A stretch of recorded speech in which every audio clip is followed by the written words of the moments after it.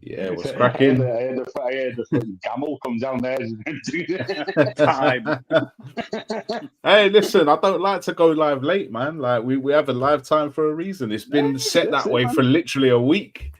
Live at 9. Literally a week, man. You know what I mean? I like to try and get these things loaded up and ready early so that everyone knows, innit?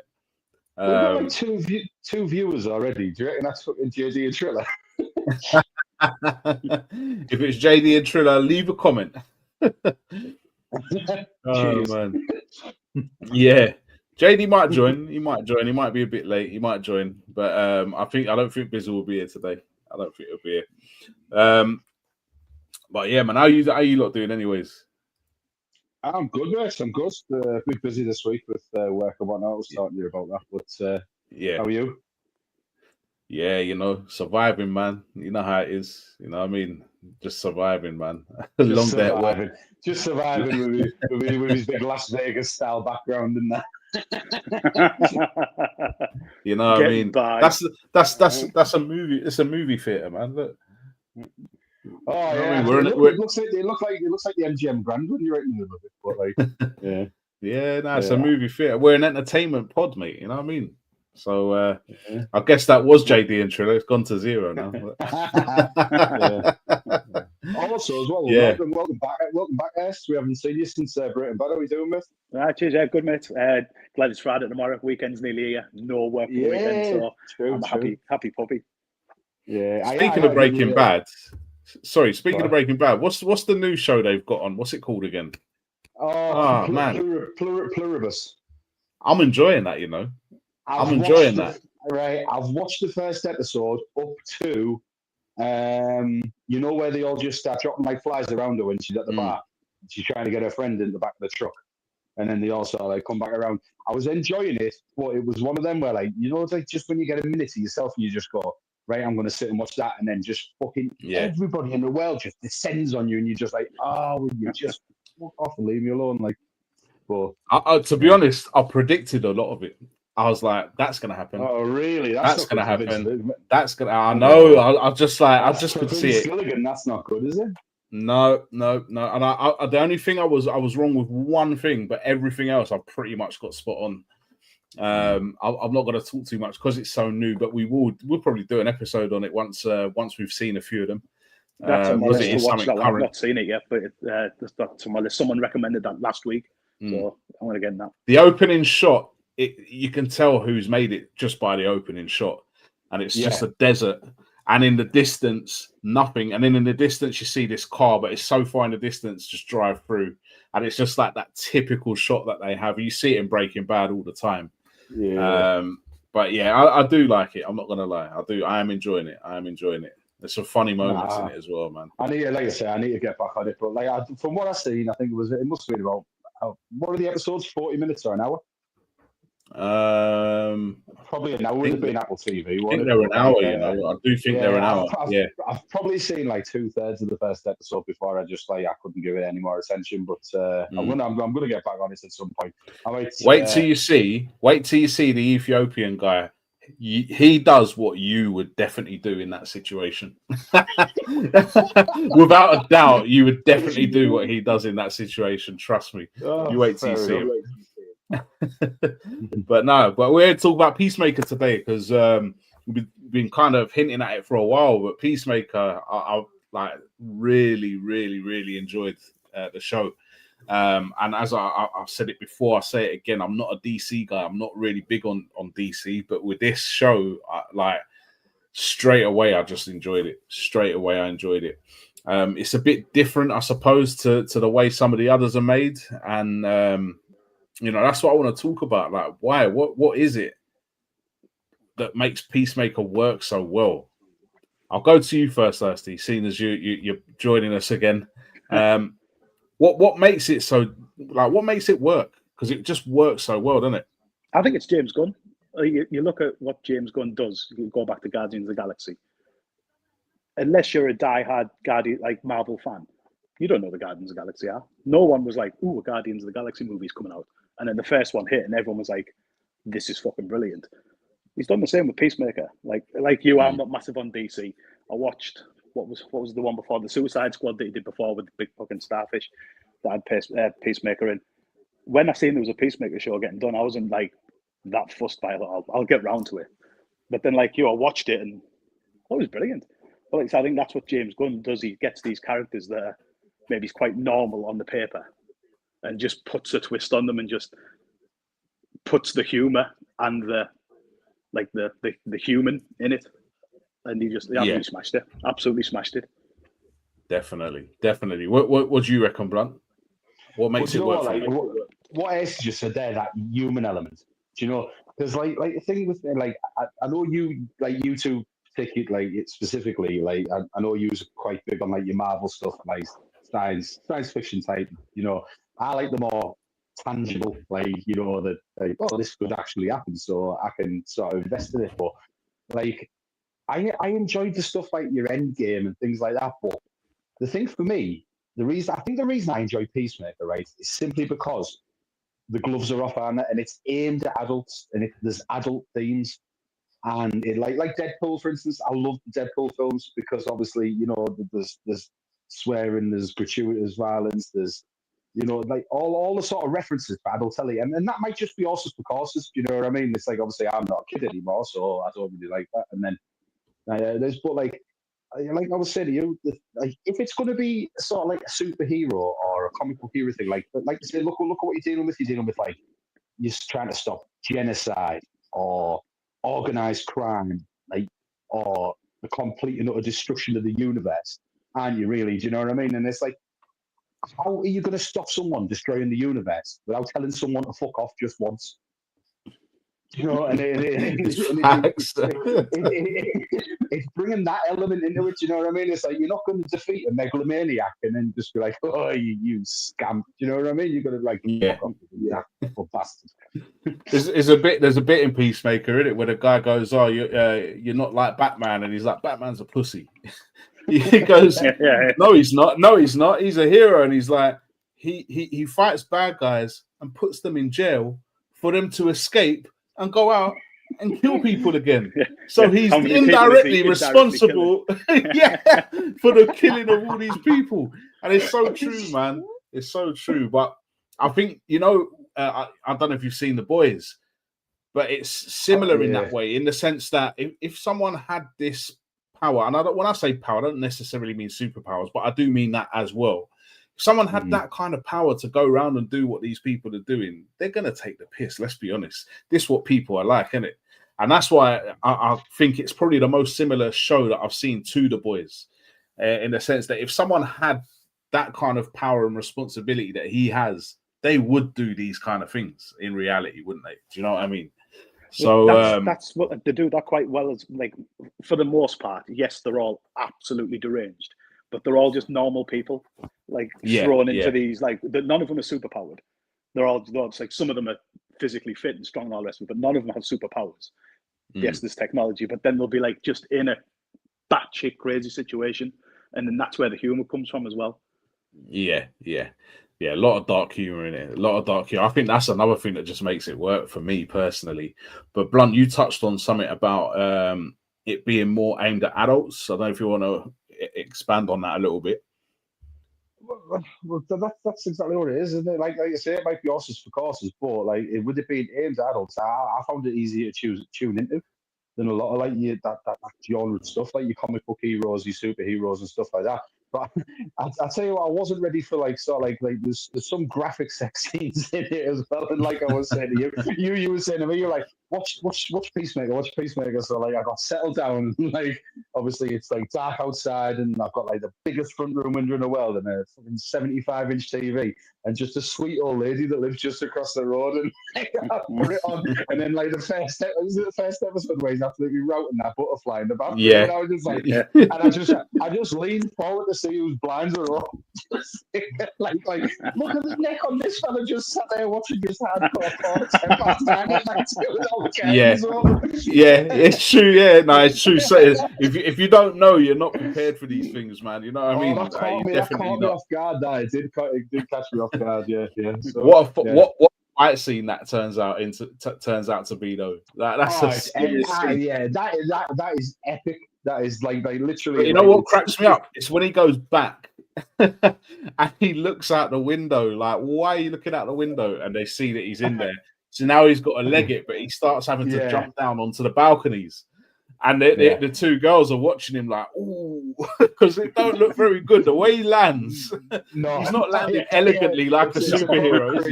It's a proper cringe worthy. But I'll tell you what I liked as well. Like, you know, he took time to fucking he took time to go get the vinyls, didn't he? The records. Yeah. Yes, Triller. Yo. What are you saying, bro? You good, man? Yeah, literally just got in my crib. Yeah, man. No, I'll catch you up, man. You look like you've been for a trim, bro. I'll catch you up anyway, man. Oh, you have? Yeah. It's looking kind of fresh. We're just literally talking about what makes Peacemaker work so well. You know what I mean? So we're just kind of on that at the moment. And I might as well ask you the question. What for you made it work so well? It was unexpected. The dark humor, graphic scenes, the comedy, the acting, action. It's good. Yeah, man. Nah, the dark humor is too much. It's not just dark; it's dark, dry humor in it. I don't know about you, lot, but that's my favorite type of humor. I like that. Yeah, but what I liked about it as well, like like you said, it's dark and it's dry, but you can tell they've executed what they've went for. You know what I mean? It hasn't come together. Sometimes things like that come together accidentally, don't they? You know, like they've gone for one thing, but it's worked in a different way. But you can tell with that, like Triller was saying, like it's dark, but it's like sort of like heavily charged with sarcasm. You know what I mean? It's like it's really purposeful. So that's like what Esty was saying. Like the writing works so well, and that's probably James Gunn, like he said. Yeah, definitely. And you know, the mad thing, and I think I was chatting to you before, is that he said he's never brought a character back that he's killed before. Because if you look in the what do you call it? What's the movie called? Suicide Squad. Suicide Squad. He gets killed in that. Like, that was the plan, that he was gonna get killed. But I think the character was that well liked that they brought him back, and they just had a vision for this character, and they ended up bringing him back. It's literally the very first time that he's actually done it, which is a good segue into the next part I want to talk about, which is Cena. As we know, John Cena, former WWE or WWF, however, depending on your age, superstar, who initially was actually cussing Dwayne Johnson for going into the movie industry and trying to come back into wrestling. And it looks like he's done exactly the same thing. I think he's realized that actually this is the right route, because you're going to get paid. If you make it in Hollywood, you're definitely getting paid better. And I think, you know, you can't wrestle forever, but you can act until you're old. You know what I mean? So he's kind of gone into the acting world now. And he's been in various things. He's been in various movies and various shows. But for me, this is his first big lead role. Like, his first big lead role. You don't agree? You look like you don't agree. What was his first big lead role? I wouldn't say first big lead role, but do you know what? I'm sort of like speaking through gritted teeth there. I might be wrong, but did you see Ricky Stenicki, the film that he was in with Andrew Santino? Did you see it? No. Oh man, right. If you like Cena's character, and obviously he's not a superhero, but like I think like the other. Well, what I'm trying to say is the stuff I've seen him in the past, I wasn't sold. Same as I'm still not sold on The Rock. You know, Dwayne Johnson. I think he's a garbage actor. He just seems to play the same fucking role, like typecast every film, like Steven Seagal. But Cena, he's in a film with Andrew Santino called Ricky Stenicki, and it's three friends, and basically they burn a house down when the kids by accident, and they basically say, well, what we're going to do? So they blame it on an imaginary friend called Ricky Stenicki.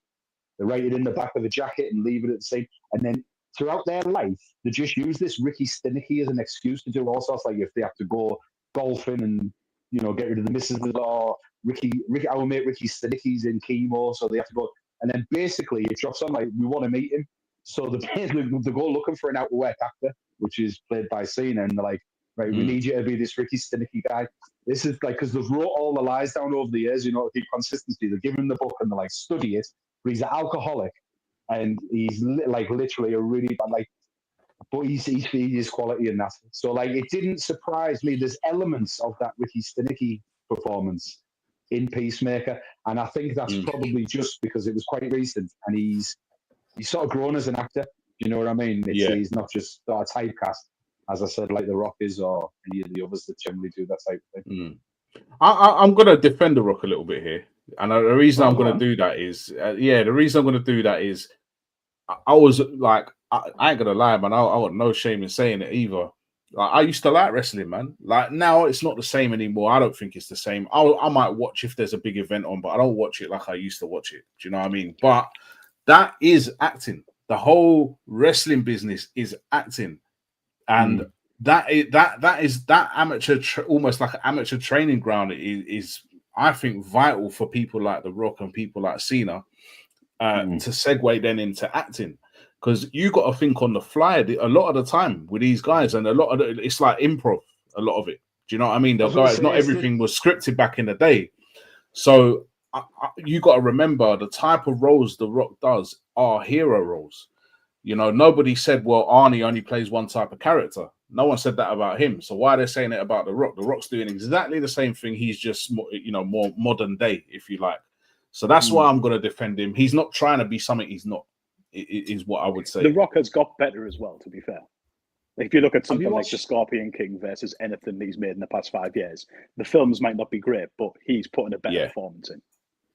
Yeah, what do you call it? Pain and Gain, man. Look at that film. Are you telling me come on, man? I just found that a terrible all-round film, to be honest with you. What? I know it was a true story. I just didn't enjoy it. But that's brilliant. Have you watched the Smashing Machine, where he's played Mark Kerr recently? No, I haven't seen that yet. No, it's got Usyk in as well. You know, Usyk plays like one of the sort of Russian MMA fighters, or Ukrainian even. But he was all right in that. But I wasn't familiar with Mark Kerr. And then right at the end of the film, the actual Mark Kerr coming out of like a shop mall like Target or whatever, and saying like, "Oh, bye guys," the film crew and whatnot.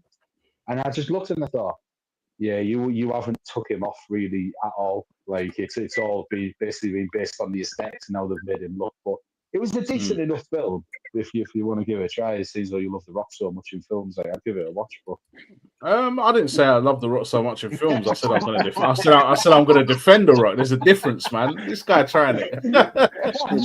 Blood some of his own tricks. You just literally shit all over his career, and I'm like, whoa, hold on, man. Got to defend this guy. But no, I do think this is Cena's first big lead role. I do think that. Firstly, how do you think? Yeah, it has.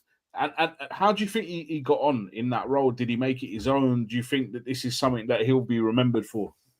I do think he's very wooden. I'm not a massive fan of him at all. But in this, there's more for him to get his acting chops around, like when he does the emotional scenes. I think that's what will stick. Obviously, there's all the humour and the one-liners. That bit where he argues with economists about the different names he could have said, and he just reels off all these famous people. Like, he does it. He does the part very, very well. But I'm not a massive fan of him. But no, I think people will remember the emotional scenes in the comedy, and I think it'll see him through. I think he'll just go from strength to strength for this. He'll get more comedy roles. Yeah, I think so as well. Man. What do you reckon, Triller? Do you think this is like the? I'm gonna pause before I even say this. This is like, yeah, this is the coming of age of John Cena. Pause. Actually, you know me, I'm a big wrestling fan. I still sometimes tune in on SmackDown and Raw, but I think wrestling actually lined him up really well as an actor. Like, I think he was always quite decent on the mic. Like with his, like you're saying, his proverb is improv. But yeah, his improvs. So there's another film that I saw him in. He's someone's boyfriend. He acts like he's obviously he's a big guy, but he's like a. It's not Daddy's Home, is it? Yeah, Can't Daddy's remember. Home 2. Yeah, it'd be Daddy's Home 2. Daddy's Home 2, yeah. With Mel Gibson and Mark Wahlberg and Will Ferrell. Possibly, but he's like a big pussy Yeah. in it. Like, I think this film is kind of like a coming of age film for him, though. Like, I mean, this series, obviously, he was in Suicide Squad as well, but yeah, this series is like, I think it defines kind of it's a defining role. It'll get a cult following, definitely. And I'm just going to give you a bit of background about Cena. But when he was in WWE, his character, when he first started out, he was like given a chance. He was even before that, when he was first given a chance, he was given a chance to face Kurt Angle. He's gone out, he's done his thing, but then he never really grasped it at that point. And when he talks about that, he says he missed his opportunity at that point. And he was that close. He said that close to being gone from WWE. And if that had happened, there's no John Cena, the actor, now. And what happened was, he said they were on the bus traveling somewhere, and there were guys like Rikishi and a few other guys at the back freestyling. And he thought, right, let me give that a go. And he went there and he just started freestyling. And they were all like, the reaction he got from the guys on the bus, he was thinking, well, if I'm getting a reaction from these guys who, they're very hard to please, they're not just going to blow smoke up your ass, then I must be able to get. And then I think Stephanie McMahon was on the bus as well and said, look, why don't you try that? And so he would freestyle, but he freestyled everything. He never wrote anything. And she asked him, how do you remember all that? And he goes, it's just a freestyle. That's how it works. All this freestyling he used to do on WWE was all off the cuff. That's mad to think that he could do that. So for me, if you've got that kind of mind to do that in front of people for the first time, week after week after week, and he would never do the same rhyme. If he would travel to a different city for the same show, he would change it. So he would do that to be, so there's no surprise that the talent he's got to be able to go into acting, where you do have a script and you do have a character to follow, and they do tell you about the background of this character, and you've kind of got more to go off. So he's had very good grounding, let's just say, very good grounding to go into his lead role. So I think this is a big moment for him, and I think it will definitely have a cult following. It's the same with stand-up, though, isn't it? Like that's the route that they take. Obviously, the stage presence, you get big, you learn the craft, and like you say, a lot to do with maybe that's why this comedy role has made him look better than everything else, because he has more of a comedic mind, because he thinks on the fly. Like, you see a lot of comedians that make it into films, they'll have a word with the writers, producers first, but sometimes they will just fucking freestyle a bit of what's the word? A bit of script. You know what I mean? Like a bit of monologue. Yeah, definitely. Do you know that this whole thing comes from Tony Yayo? You are Tony Yayo. Yeah. So John Cena, give it all this, then you can't see me. Yeah, Tony Yayo does that in the club video for 50 Cent. But the you can't see me thing, the you can't see me things, Tony Yayo. The you can't see me doesn't come from Tony Yayo. The hand movement might. You can't see me. Oh, I'm gonna stop you there. That's a Tupac song. That's way before Tony Yayo. No. He's got a song called "You Can't See Me." John Cena gives it the "You Can't." That's what this is, isn't it? But the hand movement, the hand movement maybe. But the phrase, the term "You can't see me," that's Tupac. That's not Tony Yayo. In wrestling, that was the whole point of this. Is where he did this. He was invisible. Yeah, no. I'm saying the gesture, yes. Yeah. The phrase "you can't see me" and the way it's used is Tupac. It's not Tony Yayo, bro. It's actually from Tupac, though, as a coincidence. So what I'm saying is, Tony Yayo is doing that on the 50 Cent video. John Cena's brother or cousin or friend, whatever, had seen that and said, "Everyone's doing this. When you're in the ring, you need to do that." So he did it as a dare. It stuck, and then that's why he ended up doing it for the rest of his wrestling career. A lot of these things happen by accident. The people's elbow that The Rock would do was by accident. Like the way he did it, basically he missed the spot. He was meant to just run off the ropes once, an elbow, but because he missed the spot, he had to run again. That's why he does it twice. And then he wanted to make the guy laugh in the ring, so he done that mad movement and dropped the elbow. It's a lot of these things do happen by accident. They do. And then once you get the pop from the crowd, that's it That's forever. That's it, man. You know what I mean? Well, it's the same fucking. What's he called? Michael Buffer, when he did "Let's Get Ready to Rumble." Let's get ready to rumble. He was like, he started announcing like small level boxers. I think he was doing wrestling at first, and then someone asked, he was doing male model, and someone said, "Oh, we're doing a boxing show in town tonight. Can you be the announcer?" That just wanted basically like a suave looking guy. And he'd been toying with different things, and someone had said to him backstage, like, are you ready? You got your mic today? You got your thing? Like, all right, then, right, are you ready to rumble? And he went, oh. And he came out and he said, let's get ready to rumble. He said, you just felt the atmosphere change inside the gaff. You know what I mean? He said, and then that was it. And then that is like one of the most iconic sentences of all time. Definitely. From that point, you know Definitely. what I mean? Do you know that whole story gets creepy though? Because how is it? Yeah, because that Michael and Bruce never knew they were brothers until later. I've read the story. The story. So they never knew they were. I think they might have heard that they had a brother, but they didn't know each other. You got one doing announcing for boxing. They did, but you got one doing announcing for boxing and another doing it for MMA. How mad is that? But what happened? So Bruce Buffer, like, so his adoptive parents was a police officer and somebody. Do you know what I mean? He had this sort of like very strict sort of proper upbringing, whereas like obviously because there were just two kids separated at birth because the parents didn't want to or couldn't, or whatever the story was. And sort of Michael Buffer went away down sort of like he was like sort of the playboy Lothario male model life's chaos. Do you know what I mean? And I think it was, if I remember rightly, they tried to line Michael Buffer up to announce this UFC thing that was coming in, and he literally just tracked Bruce down, and he said to him, "Go and do this." He was like, "I can put you in touch with the people. This is how easy it is. We just have to come up with a catchphrase."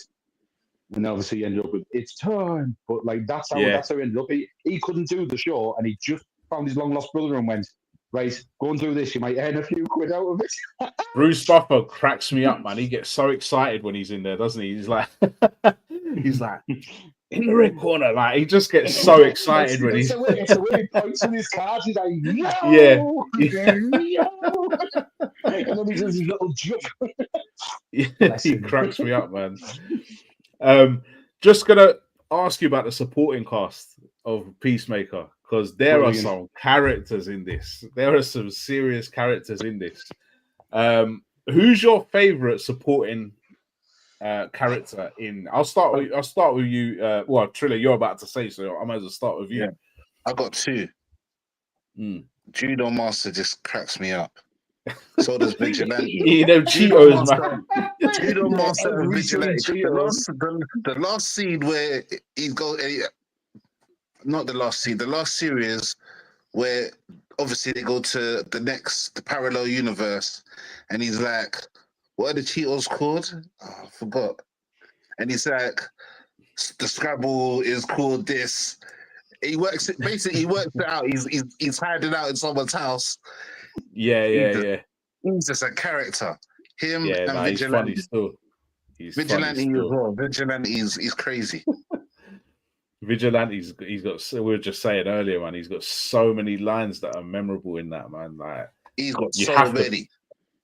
I'll tell you what, then, because we're all going to say Vigilante. Pick Vigilante and another. So, Ersty, do you want to go? Who would you say supporting cast member? I quite like that Economos. He was really witty, but they all wear the role well. Even that, I never remember. Is it Langstorm? He's on in the second series. Yes, he's brilliant. But again, I love him and everything else. He's Is that the old black fella? Yeah, Tim Meadows. Yeah. Well, yeah, he's older, isn't he? But like when they're sat in that surveillance van, like, which is basically his introduction, isn't it? And he just goes off on a tangent, and he just like, what were you doing when you were like this age? He goes, do you want to know what I was doing? He starts talking about that threesome, and there's a big fat greasy bloke just sat there like, I have no idea what that feels like. Or like, he's just rubbing it in, and he's like. Nah, he's funny. He's one of my favorites as well. He's man. Bird blind as well, and he. Bird blind. They've got a joke.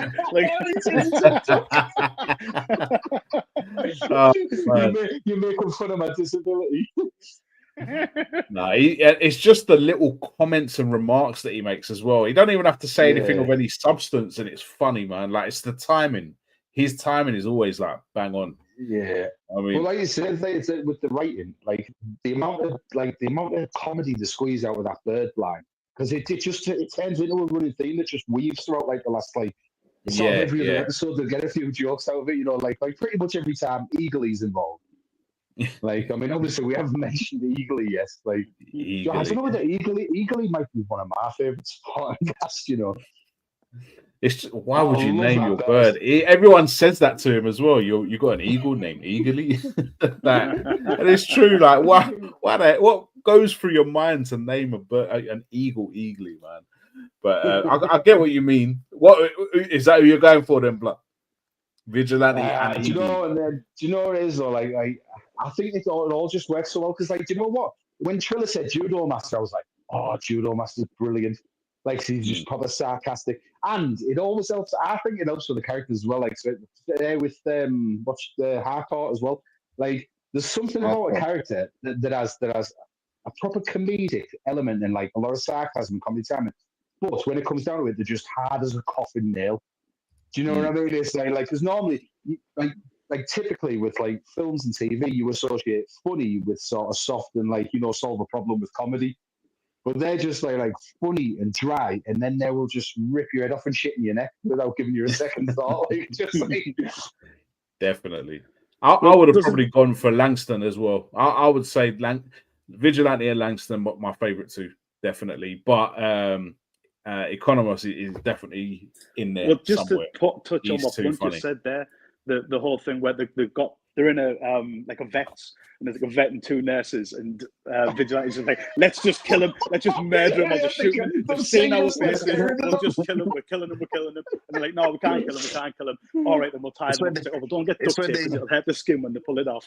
The Economos is like, so you're morally fine with killing people, but no on the sticky tape, It's when they find these. It's when they find these stash and he's like, no, it's money, like, no. The girl to the door, and it's just like floor to ceiling with just raw cocaine, heroin, like automatic weapons, and just billions and billions of dollars in fucking like dirty money. Yeah. It's like basically goes, I can't give this to the cops because cops are dirty and they'll take it. The moment he turns his back, they're all just like. There's a bit, I don't know if you remember this in season 1 where he's so disappointed that he's not allowed to kill with a chainsaw. I don't know if you remember that. He really wants to use his like, please. He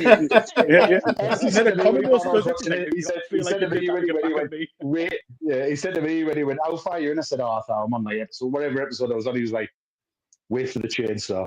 And I'm like, and then obviously, like when someone says a sentence to you, like "wait for the chainsaw," you just sort of like sat there with bated breath, aren't you? And it didn't disappoint.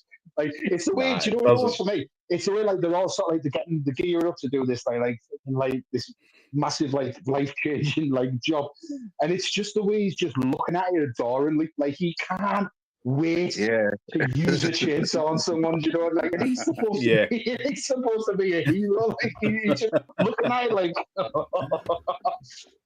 the man's it's just his reaction as well is in the parallel universe he's exactly the same.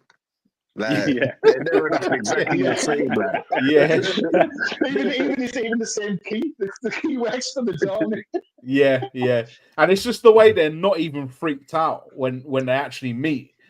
It's just such an easy partnership. That's how you know he's tapped. Like, what's the butterfly's favorite color? Is it tap twice if is your favorite color teal? You know who else kills it in Peacemaker? He's Vigilante's mom. She just how awkward is that? He's obviously told her that obviously like he's just thought right. It was the prettiest one, Hardcore.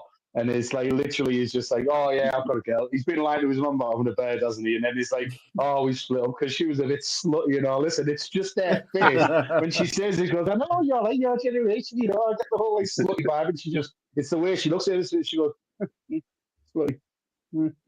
And you just think like, yeah, she's gonna whoop you. So Nah, do that's you know the too thing when funny, you say man. there though, Trevor? Like they were exactly the same, but do you remember what the big difference was? One What's liked the big Cena, the other one didn't. Go on, Yeah, that was He it. couldn't stand One Peacemaker. absolutely adored Peacemaker, and the other one just Yeah. wanted the Yeah, lost yeah, head off. yeah, yeah. What? Yeah. You're right. Yeah. You know what they say though? There's a fine line. There's a fine line, man. You know what I mean? But listen, what I want to do, I'm gonna just before we get into the next part, just want to say, please like, please subscribe, leave a comment either during or after the show. We'll reply to all of them, no problem. But yeah, support what we're doing here on Don't Gas. We've got a few shows running, and the more support we get, the bigger we can make these shows. So please hit that subscribe button. I want to move on to quote unquote now. So quote unquote, don't worry if you can't remember all the characters' names and this, that, and the other. Just have a think about who is likely to have said what I'm about to throw up. So let's go. I think you probably get all of them, if I'm being honest with you. So the first one, like I say, I did race through it, Albert. I'm getting my disclaimers in now before you go. Like, this isn't like 90s Premiership football where I'll just clean up. Between the three of you, I think you'll get every single one, definitely. Hopefully. All right, first one. I love being sent into life-threatening situations with zero warning. Really makes me feel valued. Who said that? I'm saying Peacemaker. Peacemaker, okay. I reckon Economist, maybe that one. Economist, okay. You going with Kirsty? I'd have to go Economist, to be fair. Vigilante, actually. Vigilante. Okay. Change it to Vigilante. I'll just throw it up again. I love being sent into life-threatening situations with zero warning. No. What's the really black makes me woman's feel name? valued. What's the black That's woman's name? Adebayo. The answer is Economist. Yeah, it definitely sounds like something he would come out with. It's so sarky. You know what I mean? Yeah. Right, I've got the next one. He sort of like gives the vibe off that he doesn't want to be in any of these situations. Yeah. To me, do you know what I mean? He never wants to be in them. You see him. He doesn't want to. Absolutely. He's like Peacemaker, my friend. I ain't even helping you, look.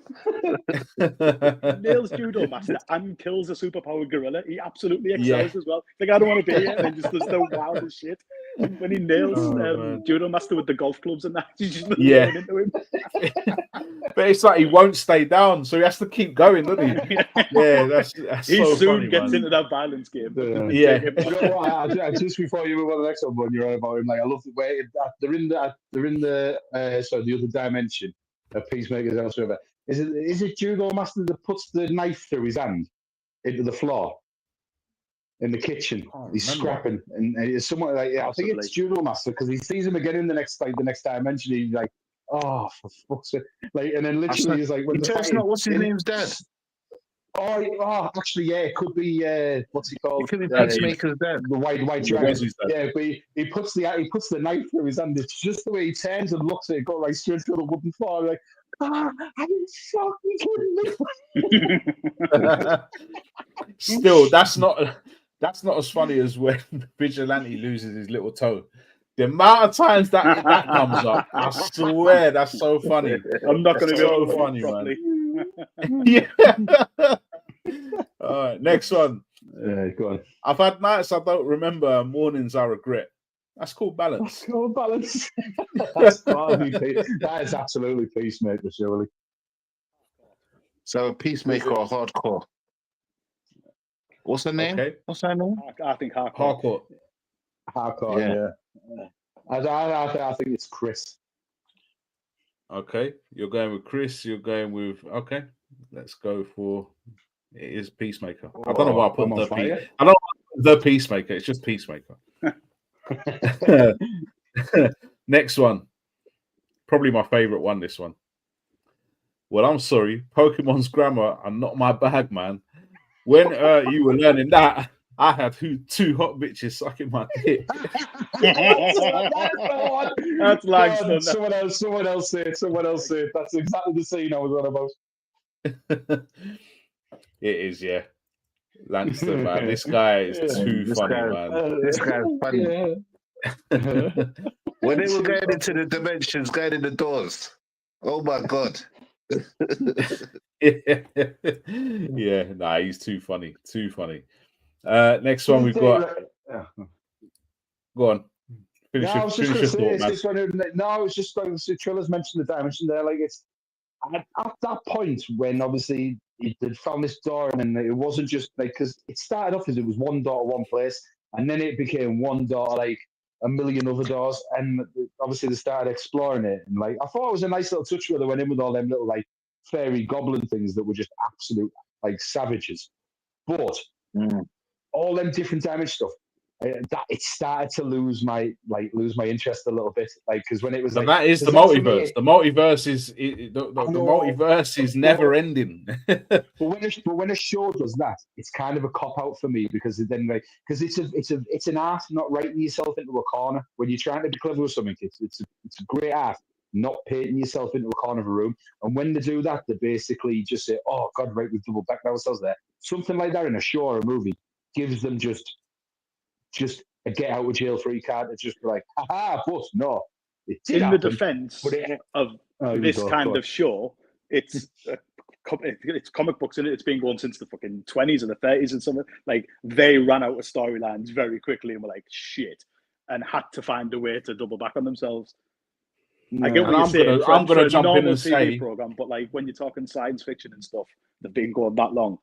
I think they need that loophole. You need to watch Dark Matter. You need to watch Dark Matter, man. Watch Dark Matter.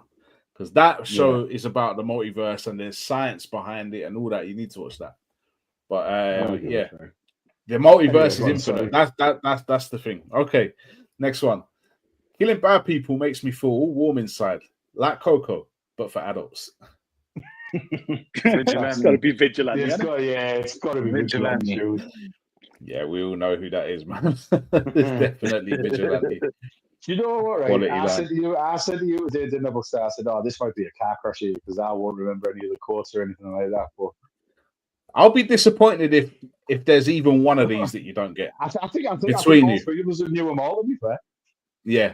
So far, next one. Then we've got nothing says professional team like two idiots in cosplay. Hardcore. Who you going for? Hardcore.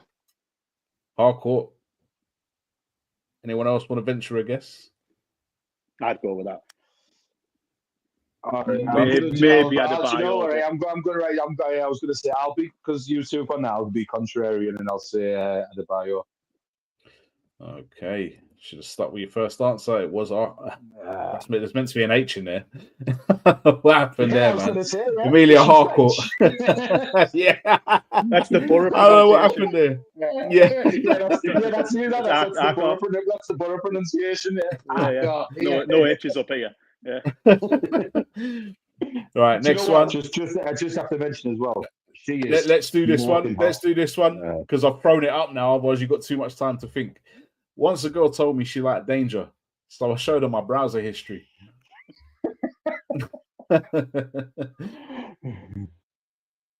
Who's that? Who is that? Again. Langston. Okay. Blunt, who are you going for? Trula? I'm gonna go for Langston as well. Again, it's either him or Peacemaker. Okay. Yeah, I'm gonna stick with them two here because it just seems like a proper like tongue in cheek, like sarcastic comment on it. Okay. First one wrong, man. Vigilante. Who else could it be? Vigilante. Who else could it have been? It had to be Vigilante with that line. I'll just throw it up again there. His type of character doesn't strike me as that sort of like look at a porn, like sleazy type thing. He's almost like too dedicated to being. That is the kind of thing that you'd say, though. That is the kind of thing you'd say. There is a scene as well where Peacemaker's looking at his phone and he's like, Taylor Swift's sexy butt or something. He's like, oh no, I was just looking at that because I see her sexy butt. Right, next one. I lied. I'm really good at lying. Sorry, that's also a lie. Oh, I remember this line as well.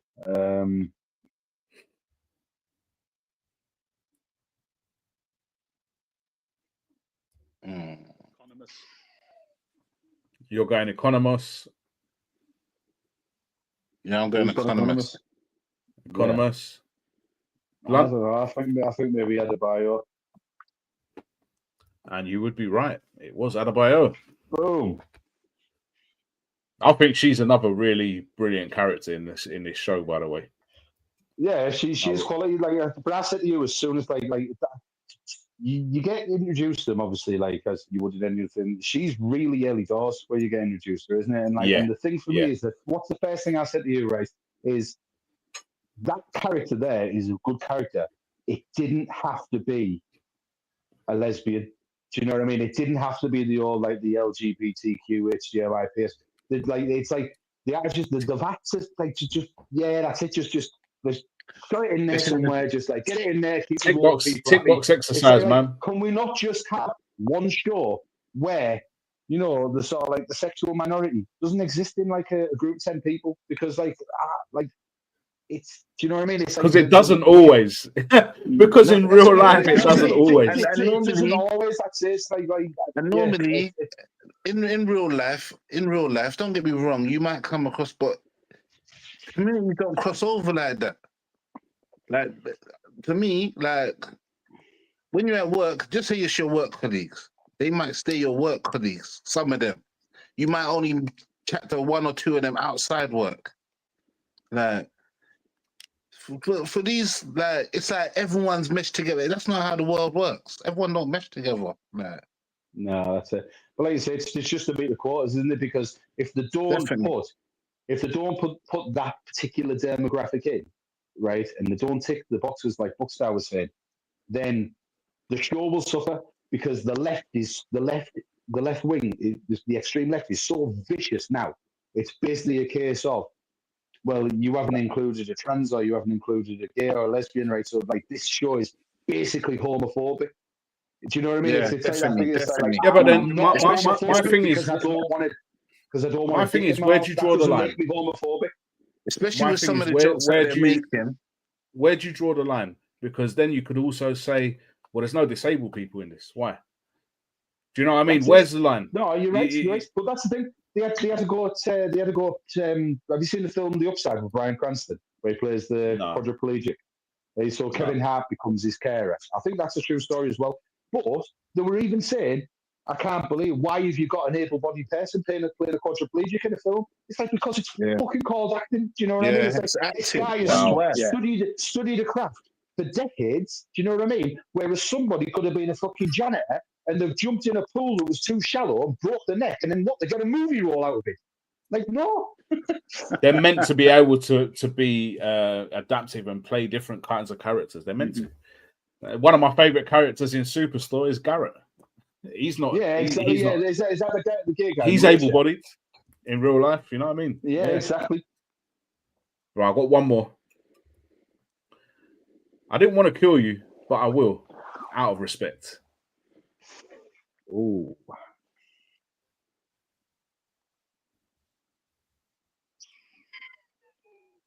Go on, somebody else have a shout. I got Peacemaker. I'm about to say Peacemaker. Peacemaker. Blunt.